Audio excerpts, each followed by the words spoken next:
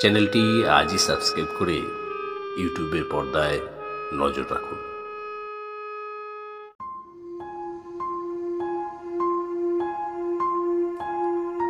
খুনের তদন্তের ক্ষেত্রে প্রত্যেকটি সূত্র খুবই গুরুত্বপূর্ণ, কিন্তু কিছু সূত্র লুকিয়ে থাকে এমন জায়গায় যেখানে সাধারণের চোখ পড়ে না।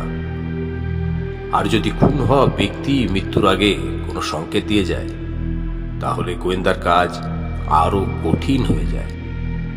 এই কেসেও তেমনটাই ঘটেছে। এক বিখ্যাত অধ্যাপককে তার নিজের স্টাডি রুমে মৃত অবস্থায় পাওয়া গেল। তার টেবিলের উপর খোলা রয়েছে একটি বই, পাশে পড়ে আছে কলম, আর দেয়ালে চক দিয়ে অসম্পূর্ণ একটি বাক্য। উত্তর আছে, কিন্তু কোথায়? কোনো প্রবেশদ্বার ভাঙার চিহ্ন নেই, রুমের সবকিছু গুছানো, তবু অধ্যাপক খুন হয়েছে। বোধিসত্ত্ব, পিয়াল আর চঞ্চু যখন এই রহস্যের গভীরে প্রবেশ করে, তখন বেরিয়ে আসে গোপন গবেষণা, লুকানো ডায়েরি আর এক রহস্যময় ছাত্রের কথা, যে কয়েকদিন আগে এই অধ্যাপকের সঙ্গে দেখা করতে এসেছিল। এই হত্যাকাণ্ড কি শুধুই ব্যক্তিগত প্রতিশোধ, নাকি এর পিছনে লুকিয়ে আছে এমন এক গোপন সত্য যা প্রকাশ পেলেই ধ্বংস নেমে আসবে? বোধিসত্ত্ব কি পারবে অলিখিত উত্তর খুঁজে বের করতে? শুরু হচ্ছে লেখক দীপক চন্দ্রের কলমে সৃষ্ট গোয়েন্দা বোধিসত্ত্বের গোয়েন্দা অ্যাডভেঞ্চার, অলিখিত উত্তর। ওয়ানডে সাসপেন্স গোয়েন্দা গল্পের সাম্রাজ্যে আপনাকে স্বাগত জানাই। ধূমপান, মদ্যপান, মাদকদ্রব্য সেবন স্বাস্থ্যের পক্ষে হানিকর, তাই সম্পূর্ণরূপে বর্জন করুন। আমি পিয়াল। যখন বোধিসত্ত্বের সঙ্গে প্রথম এই কেসের ব্যাপারে শুনলাম, তখনই বুঝেছিলাম ব্যাপারটা সহজ নয়। আমাদের পরিচিত পুলিশ অফিসার প্রদ্যুৎবাবু এক সকালে ফোন করলেন। বোধিবাবু, একটা অদ্ভুত খুনের কেস এসেছে, আপনাকে খুব দরকার। বোধিসত্ত্ব একটু বিরক্ত হয়ে বলল, কি হয়েছে? একজন নামকরা অধ্যাপক সোমেশ্বর মুখোপাধ্যায়, তার নিজের স্টাডি রুমে খুন হয়েছে। দরজা ভিতর থেকে বন্ধ ছিল, কোনো লুটপাট হয়নি, কিন্তু দেওয়ালে চক দিয়ে লেখা একটা অর্ধেক বাক্য পাওয়া গেছে। উত্তর আছে, কিন্তু কোথায়? আমি আর চঞ্চু বোধির মুখের দিকে তাকালাম। ওর চোখ দুটো কৌতূহলে চকচক করছিল। আচ্ছা, ঠিক আছে, আমরা আসছি। সোমেশ্বর মুখোপাধ্যায় ছিলেন বিশিষ্ট গণিতবিদ। কিছুদিন আগেই তার একটা গবেষণা প্রকাশিত হয়েছিল, যেখানে বলা হচ্ছিল সংখ্যা দিয়ে আমাদের ভবিষ্যৎবাণী করা সম্ভব, অর্থাৎ সংখ্যার বিশ্লেষণের মাধ্যমে মানুষের ভবিষ্যৎ জানা যেতে পারে। ব্যাপারটা সাধারণ মানুষের কাছে অদ্ভুত শোনালেও গবেষক মহলে যথেষ্ট সাড়া পেয়েছিল। আমরা যখন তার দক্ষিণ কলকাতার বাড়িতে পৌঁছালাম, তখন ভেতরে টান টান উত্তেজনা। পুলিশ চারপাশ ঘিরে রেখেছে। প্রদ্যুৎবাবু আমাদের ভিতরে নিয়ে গেলেন। স্টাডি রুমের দরজা ভেঙে দেওয়া হয়েছে। বড় একটা কাঠের ডেস্কের উপর খোলা বই, পাশে একটি কলম পড়ে আছে। অধ্যাপক চেয়ার থেকে মেঝেতে পড়ে আছে, মাথায় একটা গভীর আঘাতের চিহ্ন। দেয়ালে চক দিয়ে লেখা, উত্তর আছে, কিন্তু কোথায়? বোধিসত্ত্ব কিছুক্ষণ চুপচাপ চারপাশটা খুঁটিয়ে দেখল, তারপর ধীরে ধীরে এগিয়ে গেল ডেস্কের দিকে, বইটা হাতে তুলে নিল। আমি আর চঞ্চু সামনে গিয়ে দাঁড়ালাম। এটা তো অধ্যাপকের নিজের লেখা একটা গবেষণাপত্র, আমি বললাম। বোধি বইটা উল্টে পাল্টে দেখে একটা পাতায় চোখ আটকাল, তারপর বলল, পেয়াদ, এটা আর কিছু নয়, এই খুনের প্রথম সূত্র। চঞ্চু অবাক হয়ে বলল, মানে একটা গবেষণাপত্র কিভাবে খুনের সূত্র হতে পারে? বোধি কিছু বলল না, শুধু গভীর চোখে চারপাশ দেখল, যেন কোনো গুরুত্বপূর্ণ কিছুর খোঁজ করছে। তারপর ধীরে ধীরে বলল, এই খুনটা শুধু ব্যক্তিগত আক্রোশ থেকে হয়নি।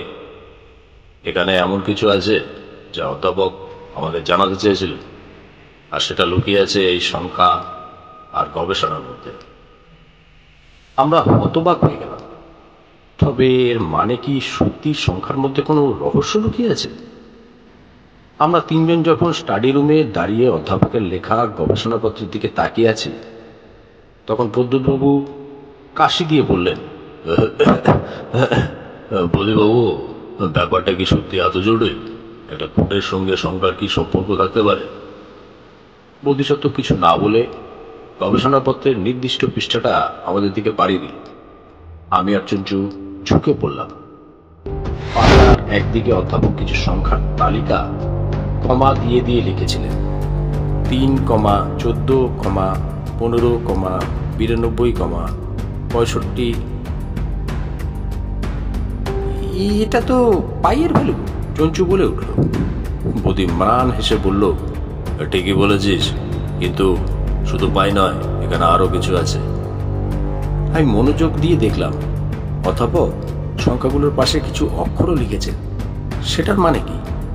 বদি বলল, এটা যদি পায়ের ভগ্নাংশ হয়, তাহলে এগুলোর সঙ্গে অধ্যাপকের দেওয়া সংকেতের কি সম্পর্ক? উত্তর আছে, কিন্তু কোথায়? এই প্রশ্নটা কি শুধুই আকস্মিক, নাকি ইচ্ছে করে লেখা? হ্যাঁ, আমি ইতস্তত করে বললাম, তাহলে অধ্যাপক মৃত্যুর আগে কোনো সংকেত দিতে চেয়েছেন? বধি মাথা নাড়ল, তাই মনে হচ্ছে। ঠিক তখনই ঘরের দরজায় এক বৃদ্ধ ঢুকলেন। লম্বা গরম, পরিপাটি ধুতি পাঞ্জাবি পরা, চোখে মোটা ফ্রেমের চশমা। প্রদ্যোৎবাবু বললেন, ওনার নাম অনিরুদ্ধ সেনগুপ্ত, অধ্যাপকের খুব কাছের বন্ধু ছিলেন। উনি প্রথম ফোনের খবর পান। আমরা তাকালাম বৃদ্ধের দিকে। উনি গম্ভীর গলা বললেন, হ্যাঁ, আমি সোমেশ্বর বাবুর সঙ্গে আগের রাতে কথা বলেছিলাম। উনি খুবই চিন্তিত ছিলেন। বলছিলেন কেউ একজন ওর গবেষণা হাতিয়ে নিতে চাইছে। বদির চোখ কৌতূহলে চমকালো। কে সেটা বলেছিলেন? অনিরুদ্ধবাবু একটু থেমে বললেন, না, সে কথা বলেননি। শুধু বলেছিলেন, আমি যা আবিষ্কার করেছি সেটা যদি ভুল হাতে পড়ে তাহলে বড় সর্বনাশ হবে। আমি জিজ্ঞাসা করেছিলাম, কি আবিষ্কার করেছেন? উনি বললেন, সংখ্যার মধ্যে ভবিষ্যতের উত্তর লুকিয়ে আছে। আমি আর চঞ্চু একে অপরের দিকে তাকালাম। সংখ্যার মধ্যে ভবিষ্যৎবাণী, ব্যাপারটা কি? অনিরুদ্ধবাবু ম্লান হেসে বললেন, আমি জানি না, তবে একটা ব্যাপার স্পষ্ট, ওকে খুন করা হয়েছে সে গবেষণার জন্যই। আমরা তখনও অধ্যাপকের গবেষণাপত্রের দিকে তাকিয়ে, সংখ্যার মধ্যে সত্যি কি কোনো সংকেত লুকিয়ে আছে? বধি হাতের বইটা বন্ধ করল, তারপর দৃঢ় গলায় বলল, রহস্যের চাবিকাঠি লুকিয়ে আছে অধ্যাপকের লেখার মধ্যে। আমাদের ওর গবেষণাটা বুঝতে হবে, তাহলে আমরা জানতে পারবো খুনি আসলে কি করছিল। বিকেল গড়িয়ে সন্ধ্যা নামছে। আমরা তখনও অধ্যাপক সোমেশ্বর মুখোপাধ্যায় স্টাডি রুমে বসে আছি। প্রদ্যোৎবাবু অন্য ঘরে গিয়ে ফোনে কারোর সঙ্গে কথা বলছিলেন। অনিরুদ্ধ সেনগুপ্ত আমাদের সামনে বসে হাতে একটা রুমাল নিয়ে মাঝে মাঝে কপালের ঘাম পড়ছে। বোধিসত্ত্ব চুপচাপ অধ্যাপকের গবেষণাপত্রটা উল্টে পাল্টে দেখছিল। আমি আর চঞ্চু অপেক্ষা করছি ও কি বলে শোনার জন্য। এই সংখ্যাগুলো শুধু পায়ের মান নয়, এর মধ্যে অন্য কিছু লুকিয়ে আছে, বধি হঠাৎ বলে উঠল। চঞ্চু অবাক হয়ে বলল, মানে? বধি গবেষণাপত্রের একটা পৃষ্ঠা খুলে আমাদের দেখালো। অধ্যাপক এখানে কিছু সংখ্যার ক্রম লিখেছেন। এগুলো যদি পায়ের মান হয়, তাহলে তার মানে কি হতে পারে? আমি একটু, হয়তো উনি বোঝাতে চেয়েছিলেন যে এটা একটা নির্দিষ্ট প্যাটার্নে সাজানো। বধি মাথা নাড়ল, ঠিক তাই, কিন্তু প্যাটার্নটা কি? আমরা যখন সেটা বোঝার চেষ্টা করছি, তখনই প্রদ্যোৎবাবু ফিরে এলো। হ্যাঁ, একটা ইন্টারেস্টিং তথ্য পেলাম বধিবাবু। অধ্যাপকের মৃত্যুর আগের দিন রাতে ওর কাছে একজন ছাত্র এসেছিল, নাম অভিজ্ঞর। উনি তার সঙ্গে অনেকক্ষণ কথা বলেছিলেন। অভিজ্ঞর?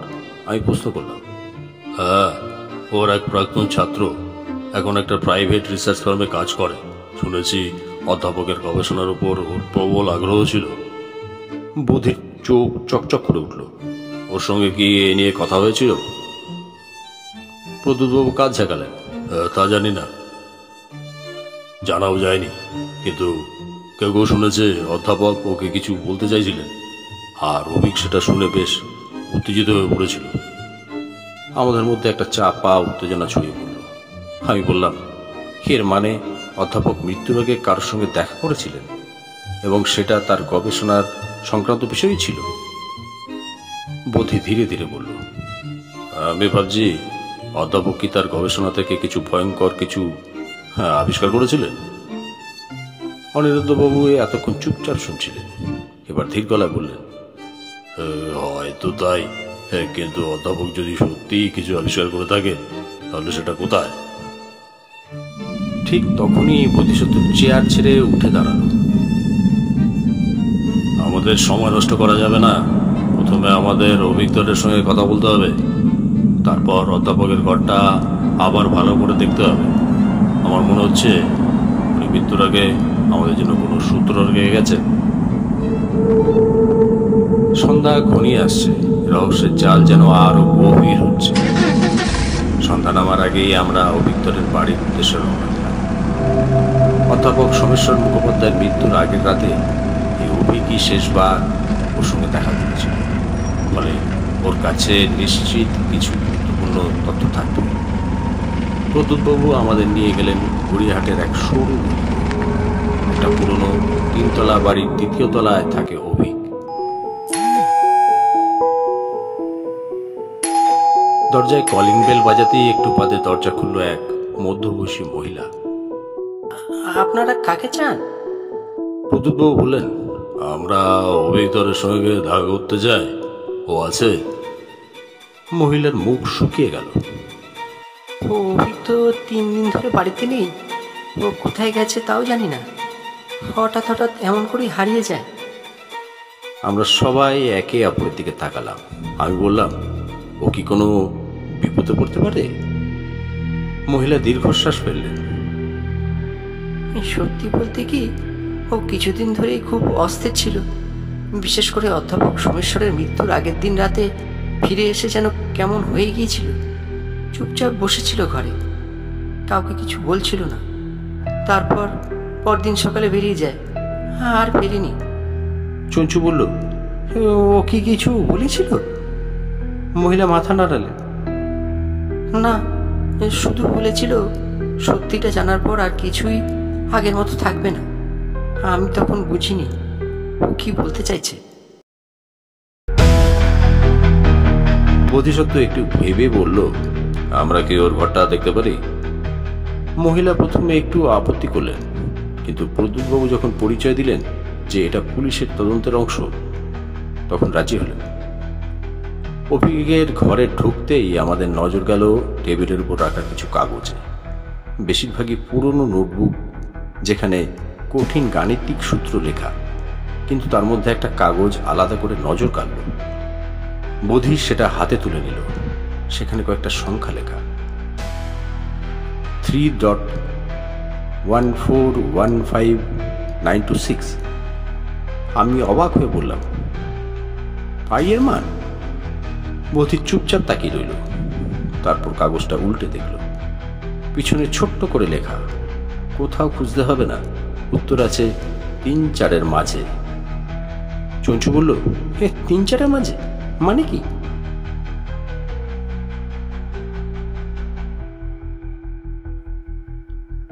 বোধি ধীরে ধীরে বলল, আমার মনে হচ্ছে অধ্যাপক ও অভিকের মধ্যে যেটা হয়েছিল সেটা শুধু গবেষণার বিষয় ছিল না, হয়তো ও এমন কিছু জেনেছিল যা প্রকাশ পেলে বড় বিপদ হতে পারত। আমার মাথার মধ্যে যেন একটা আলো জ্বলল। তাহলে অধ্যাপকের খুনের সঙ্গে অভিকের হারিয়ে যাওয়ার যোগসূত্র থাকতে পারে? বোধি মাথা নাড়ল। একদম। আর আমাদের এখনই সোমেশ্বরবাবু স্টাডি রুমে ফিরে যেতে হবে, কারণ অধ্যাপক মৃত্যুর আগে একটা সংকেত রেখে গেছেন, যেটা হয়তো আমাদের অলিখিত উত্তর বলে দেবে।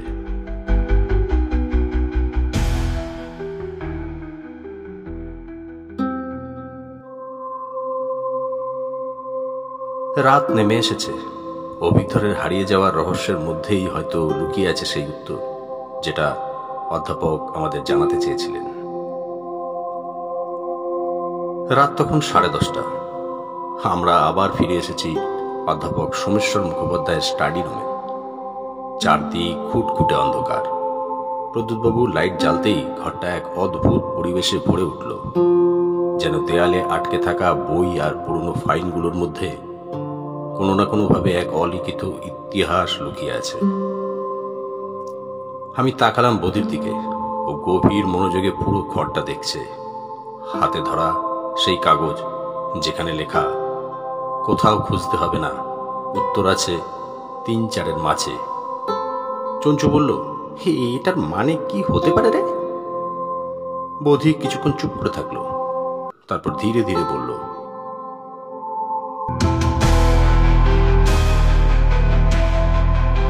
3-4-এর মাঝে যদি সংখ্যার কথা বলা হয় তাহলে সেটা 3.5 হতে পারে, কিন্তু যদি বই বা তাকের সংখ্যা বোঝায়। ও হঠাৎ ঘরের একপাশে রাখা বইয়ের তাকগুলো থেকে এগিয়ে গেল। সেখানে 6টা তাক রয়েছে, একটার উপরে একটা সাজানো। বধি সোজা গিয়ে তৃতীয় আর চতুর্থ তাকের মাঝে ফাঁকাটার দিকে নজর দিল। এই জায়গাটায় কিছু একটা লুকানো থাকতে পারে। আমি আর চঞ্চু একসঙ্গে তাকিয়ে রইলাম। সত্যি, 2 তাকের মাঝে খুব সরু একটা ফাঁক রয়েছে, যেখানে কোনোভাবে কিছু সেদিয়ে দেওয়া সম্ভব। চঞ্চু বলল, এর ভিতরে কিছু আছে নাকি? বধি টর্চের আলো ফেললো ফাঁকটার মধ্যে। একটা সরু কিছু চকচক করলো। ও সাবধানে আঙুল ঢুকিয়ে সেটাকে বের করার চেষ্টা করলো। কিছুক্ষণ পরে ওর হাতের মুঠোয় একটা ছোট্ট ধাতব বাক্স উঠে এলো। আমরা সবাই নিঃশ্বাস বন্ধ করে তাকিয়ে। প্রদ্যুৎবাবু বললেন, ভেতরে কি আছে? বধি ধীরে ধীরে বাক্সের ঢাকনা খুলল।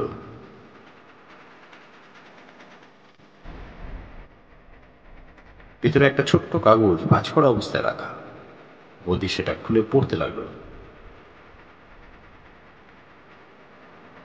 যদি সত্য জানতে চাও তবে প্রতিসরণেই উত্তর খোঁজো। আমি বিস্মিত হয়ে বললাম, প্রতিসরণ মানে আলো কোথাও প্রতিফলিত হচ্ছে? চঞ্চু চিন্তিত মুখে বলল, হ্যাঁ, আরে প্রতিসরণ তো হয় কাঁচ বা জলের মধ্যে দিয়ে। তাহলে কি কোনো কাছের জিনিসে কিছু লুকানো আছে?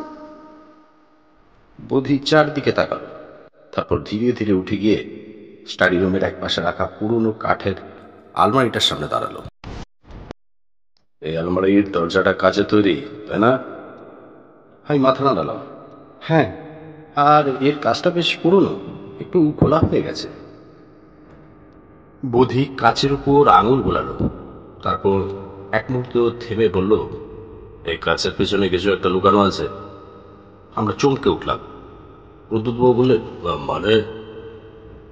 অধ্যাপক মৃত্যুর আগে কোনো না কোনো ভাবে একটা সংকেত রেখে গেছেন এবং সেটা আমাদের চোখের সামনেই ছিল, কিন্তু আমরা বুঝতে পারিনি।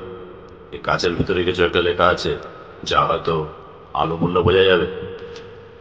আমি আর চঞ্চু একসঙ্গে টর্চ জ্বাললাম। আলোর প্রতিসরণে কাচের উপরে অস্পষ্টভাবে কয়েকটা সংখ্যা ফুটে উঠল। 7.2, 19.4, 28.6। আমি হতভম্ব হয়ে তাকিয়ে থাকলাম। কি, এগুলো আবার কি সংখ্যা? বধি গভীর চোখে তাকিয়ে বলল, এটাই সেই উত্তর যা অধ্যাপক রেখে গেছেন, কিন্তু এর মানে কি সেটা আমাদের খুঁজে বের করতে হবে। ঘর নিস্তব্ধ। কাচের উপরে ফুটে ওঠা সংখ্যাগুলো 7.2, 19.4, 28.6। আমি আর চঞ্চু একসঙ্গে তাকিয়ে আছি। মাথার ভিতরে হাজারটা হিসাব নিকাশ চলতে লাগলো, কিন্তু কিছুতেই বোঝা যাচ্ছে না এর অর্থ কি। চঞ্চু বলে উঠল, এই সংখ্যা 3টা কোথাও কোনো তারিখের ইঙ্গিত দিচ্ছে না তো? প্রদ্যুৎবাবু মাথা নাড়লেন, তারিখ হলে তো মাস আর বছরের উল্লেখ থাকার কথা। আমি বললাম, বইয়ের পৃষ্ঠার নম্বরও হতে পারে। বোধিসত্ত্ব চোখ বন্ধ করে কয়েক সেকেন্ড ভাবল, তারপর বলল, এগুলো কোনো সাধারণ সংখ্যা নয়, এগুলো একটা বিশেষ প্যাটার্ন অনুসরণ করছে। চঞ্চু চুল আচড়ানোর ভঙ্গিতে মাথা চুলকে বলল, কিসের প্যাটার্ন? বোধি একটুখানি হাসলো। বুঝতে পারছিস না? সংখ্যাগুলো আসলে এক ধরনের অঙ্কের সিরিজ। আমি সঙ্গে সঙ্গে বলে উঠলাম, অঙ্কের সিরিজ মানে এগুলো কি গাণিতিক ধারার কোনো অংশ? বোধি মাথা নাড়ল। ঠিক ধরেছিস, এটা এক ধরনের গাণিতিক প্রোগ্রেশন। দেখ, দ্বিতীয় সংখ্যাটা প্রথম সংখ্যার থেকে বেশি 12.2 দিয়ে। দেখ, 19.4 মাইনাস 7.2 ইকুয়াল টু 12.2। তৃতীয় সংখ্যাটা দ্বিতীয় সংখ্যার থেকে বেশি 9.2 দিয়ে 28.6 মাইনাস 19.4 ইকুয়াল টু 9.2। পার্থক্য কমে আসছে। আমি চমকে উঠলাম। মানে এটা একটা নির্দিষ্ট প্যাটার্নে চলছে? হ্যাঁ, এবং সম্ভবত এই সংখ্যাগুলোর মধ্যেই আমাদের উত্তর লুকিয়ে আছে। চঞ্চু মাথা চুলকে বলল, তাহলে এবার কি করব? বোধি গভীরভাবে চিন্তা করল, তারপর বলল, অধ্যাপক সোমেশ্বর মুখোপাধ্যায় তো গণিতের মানুষ ছিলেন। উনি হয়তো এমন কিছু রেখে গেছেন যেটা আমাদের কোনো বই থেকে বের করতে হবে। আমি চারিদিকে তাকিয়ে বললাম, কোন বই? বোধি তাকের দিকে এগিয়ে গিয়ে একটা পুরনো বই বের করলো। বইয়ের নাম ক্রিপ্টোলজি অ্যান্ড হিডেন ম্যাথামেটিক্স। অধ্যাপক সোমেশ্বর এই বইটা প্রায় পড়তেন। ও পাতা উল্টে 72 নম্বর পৃষ্ঠায় থামল। সেখানে একটা সূত্রের নিচে লেখা ছিল, সংখ্যার সংকেত বুঝতে গেলে পিছনে ফিরে তাকাও। প্রতিটি ধাপে যা কমছে সেটাই সত্যের ইঙ্গিত দেয়। আমি স্তম্ভিত হয়ে বললাম, মানে অধ্যাপক যা লিখেছিলেন তার মধ্যে কোনো সংকেত লুকিয়ে রেখেছেন? বোধি মৃদু হেসে বলল, আমরা ধাপে ধাপে এগোচ্ছি, এখন আমাদের বুঝতে হবে এই সংখ্যা সিরিজের মাধ্যমে উনি ঠিক কি বোঝাতে চেয়েছেন, আর সেটাই হয়তো আমাদের উনির পরিচয়ের দিকে নিয়ে যাবে। প্রদ্যুৎবাবু চশমাটা ঠিক করে বললেন, মানে তোমরা বলছো অধ্যাপক হওয়ার আগে একটা সংকেত, আর সেটা এই সংখ্যা? বোধি একবার কাছের দিকে তাকালো, তারপর ধীর গলায় বলল, ঠিক তাই। আর সেই উত্তর লুকিয়ে আছে অভিজ্ঞরের কাছে। রাত তখন প্রায় 12টা। আমরা চারজন, আমি, বোধিসত্ত্ব, চঞ্চু আর প্রদ্যুৎবাবু, অভিজ্ঞরের বাড়ির সামনে দাঁড়িয়ে। বাড়িটা বেশ পুরনো। বাইরে থেকে দেখলে বোঝাই যায় না ভেতরে কি রহস্য লুকিয়ে থাকতে পারে। আমি দরজার বেল টিপতেই কয়েক সেকেন্ড পর একজন মাঝবয়সী লোক দরজা খুলল। মুখে কৃত্রিম হাসি, চোখে ক্লান্তির ছাপ। আপনারা এত রাতে? বোধি এক পায়ে এগিয়ে গিয়ে বলল, আমরা অধ্যাপক সোমেশ্বর মুখোপাধ্যায়ের হত্যাকাণ্ড নিয়ে তদন্ত করছি।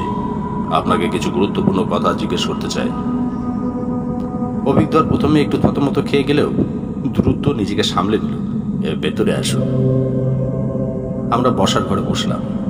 ঘরটা বেশ পরিপাটি, কিন্তু দেয়ালের বইয়ের তাকটা দেখে মনে হলো অধ্যাপক সোমেশ্বরের মতো তিনিও প্রচুর বই পড়েন। আমি বললাম, আপনার অধ্যাপকের সঙ্গে সম্পর্ক কেমন ছিল? অভিজ্ঞর মৃদু হেসে বললেন, তিনি আমার অভিভাবকের মতো ছিলেন। আমি তার কাছ থেকে অনেক কিছু শিখেছি, কিন্তু হঠাৎ এমনভাবে মারা গেলেন, বিশ্বাসই হয় না। চঞ্চু বলল, আপনি কি জানেন তিনি মৃত্যুর আগে কিছু সংকেত রেখে গেছেন? অভিজ্ঞর এবার একটু চুপ করে গেল, তারপর বলল, সংকেত কিরকম? বুধির তার হাতে ছোট্ট কাগজটা এগিয়ে দিল, যেখানে কাচের পিছনে পাওয়া সংখ্যাগুলো লেখা ছিল 7.2, 19.4, 28.6। অভিজ্ঞর কাগজটা দেখেই ফ্যাকাশে হয়ে গেল। আমি খেয়াল করলাম তার হাত কাঁপছে। বোধি ধীরে ধীরে বলল, অভিবাবু,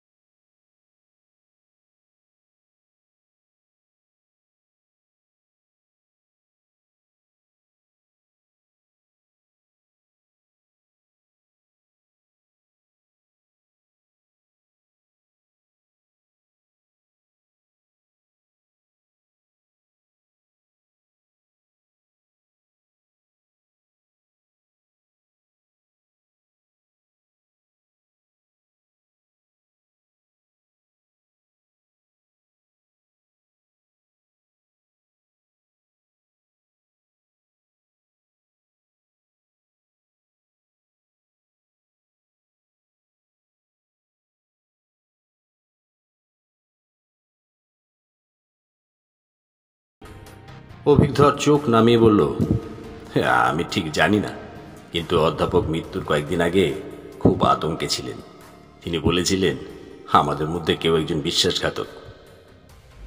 আমার শরীর শিউরে উঠল। বোধিসত্ত্ব বলল, "এই বিশ্বাসঘাতককে সেটা জানার জন্যই অধ্যাপক সংকেত রেখে গেছেন।"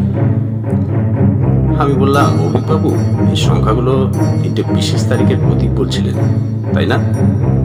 "হ্যাঁ।" বোধিসত্ত্ব টেবিলে কাগজ আর পেন দিয়ে সংখ্যা 3টে লিখল। তারপর বলল, 7.2 7th ফেব্রুয়ারি, 19.4 19th এপ্রিল, 28.6 28th জুন। তারপর মাথা তুলে তাকালো। এই তারিখগুলোর মধ্যে কোনো গুরুত্বপূর্ণ ঘটনা ঘটেছিল? অভিজ্ঞ চুপচাপ বসে রইল। তারপর বলল, এই 7ই ফেব্রুয়ারি ছিল সেই দিন যেদিন অধ্যাপক আমাদের গবেষণার ফলাফল প্রকাশ করতে চেয়েছিলেন। 19শে এপ্রিল ছিল সেই দিন যেদিন তিনি হঠাৎ সিদ্ধান্ত নেন গবেষণা বন্ধ করে দেবেন। আর 28শে জুন সেই দিনই তার মৃত্যু হয়। চঞ্চু বলল, তার মানে এই 3টে তারিখের মধ্যে খুনির পরিচয় লুকিয়ে আছে? বোধিসত্ত্ব হঠাৎ উঠে দাঁড়াল, চোখে এক অদ্ভুত দুটি।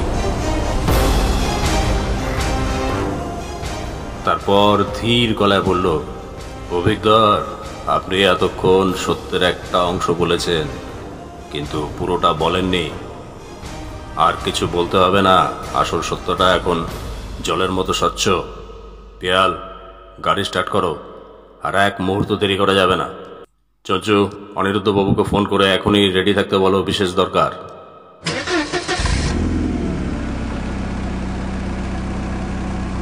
আমরা সবাই পৌঁছালাম সোমেশ্বরের বাড়িতে। পথে অনিরুদ্ধ বাবুকে গাড়িতে তুলে নিয়েছিলাম। রাতের বাতাস ভারী হয়ে উঠেছে। আমরা সবাই বসে আছি অধ্যাপক সোমেশ্বর রায়ের বাড়ির ড্রয়িং রুমে। বোধিসত্ত্ব বলতে শুরু করলো, সমস্যাটা আর জটিল নেই। অধ্যাপক আমাদের উত্তর দিয়ে গেছেন, শুধু সেটাকে বুঝতে হবে। প্রদ্যুৎবাবু জিজ্ঞাসা করলেন, কিন্তু তোমার মনে হচ্ছে কে খুনি?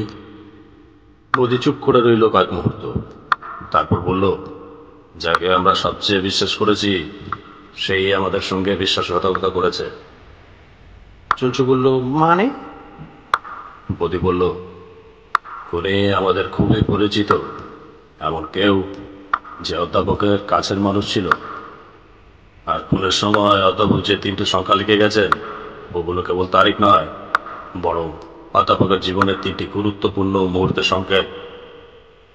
আমি বললাম, আমরা জানি যে 7ই ফেব্রুয়ারি ছিল সেই দিন যেদিন অধ্যাপক প্রথম বুঝতে পারেন কেউ তাকে ঠকাচ্ছে। চঞ্চু যোগ করল, 19শে এপ্রিল ছিল সেই দিন যেদিন অধ্যাপক তার গবেষণার আসল তথ্য লুকিয়ে ফেলেন। বুধি এবার ঠান্ডা গলায় বলল, 28শে জুন সেই দিনই অধ্যাপক খুন হন। আর এই 3টে ঘটনার প্রত্যেকটি একটা মিল আছে। প্রত্যেক দিনই অনিরুদ্ধ সেনগুপ্ত অধ্যাপকের সঙ্গে দেখা করেছিলেন। ঘরে নিস্তব্ধতা নেমে এল। অনিরুদ্ধ সেনগুপ্ত চেয়ারে বসেছিলেন। হঠাৎ উঠে দাঁড়ালেন। তুমি কি বলছো বোধিসত্ত্ব? তুমি কি আমায় খুনি ভাবছো? বোধি ধীরে ধীরে বলল, তাই যদি না ভাবতাম তাহলে কি এখানে বসে থাকতাম? আপনি কোনে অনিরুদ্ধ বাবু? অনিরুদ্ধ রাগে কাঁপতে কাঁপতে বললেন, এই নিষ্পাপ একজন মানুষকে খুনি সাজানোর অধিকার তোমার নেই। বুধি হালকা হেসে বলল, আমি কাউকে সাজাই না, সত্যিটা নিজেই বেরিয়ে আসে। আপনি অধ্যাপকের গবেষণার পেছনে ছিলেন কারণ আপনি জানতেন ওটা আপনার জন্য কতটা মূল্যবান হতে পারে। কিন্তু যখন অধ্যাপক বুঝতে পারলেন আপনি ওকে ঠকাচ্ছেন, তখন তিনি সবকিছু লুকিয়ে ফেললেন। প্রদ্যুৎবাবু বললেন, কিন্তু তার মানে এই নয় যে তিনি খুন করবেন। বোধি বলল, হ্যাঁ, খুনটা পরিকল্পিত ছিল না, কিন্তু অধ্যাপক যখন অনিরুদ্ধবাবুকে বললেন যে তিনি গবেষণা ধ্বংস করে ফেলেছেন, তখন রাগের বশে তিনি ওকে আঘাত করেন। অধ্যাপক মেঝেতে লুটিয়ে পড়েন এবং মৃত্যুর আগে সংকেত হিসাবে সংখ্যাগুলো লিখে যান, যাতে সত্যিটা একদিন প্রকাশ পায়। চঞ্চু বলে উঠল, কিন্তু প্রমাণ? বধি বলল, প্রমাণ হাতের কাছে আছে। খুনের পর দেওয়ালে সংখ্যা লেখা হচ্ছিল, তখন খুনি ওর হাত ধরে ফেলে যাতে তিনি পুরোপুরি কিছু লিখতে না পারেন। ফলে খুনির হাতে চকের দাগ লেগে গিয়েছিল, এবং আমি সেটা প্রথম দিনেই লক্ষ্য করে মোবাইলে ছবি তুলে রেখেছিলাম প্রমাণ হিসাবে। কারণ পরে মুছে গেলে সেটা সে কিছুতেই স্বীকার করবে না। অনিরুদ্ধ ধীরে ধীরে পিছিয়ে গেলেন। তার মুখ শুকিয়ে গেছে। আমরা সবাই বুঝতে পারলাম সত্যিটা বেরিয়ে এসেছে।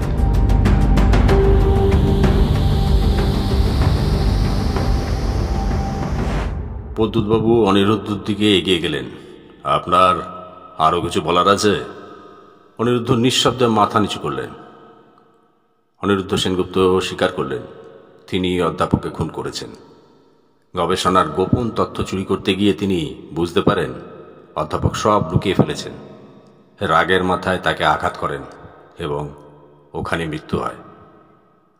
আমার মনে পড়ল অধ্যাপকের সেই শেষ বাক্য, উত্তর আছে কিন্তু কোথায়? আজ আমরা সেই উত্তর পেয়ে গেছি। বোধিসত্ত্ব জানলার বাইরে তাকিয়ে বলল, সত্য কখনো লুকিয়ে রাখা যায় না, একদিন না একদিন সে উত্তর দিয়েই দেয়।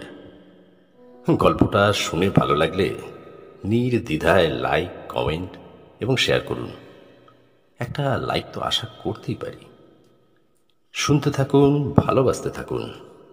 নিয়মিত নতুন নতুন গল্প শুনতে আমাদের YouTube channel one day suspense আজই সাবস্ক্রাইব করুন।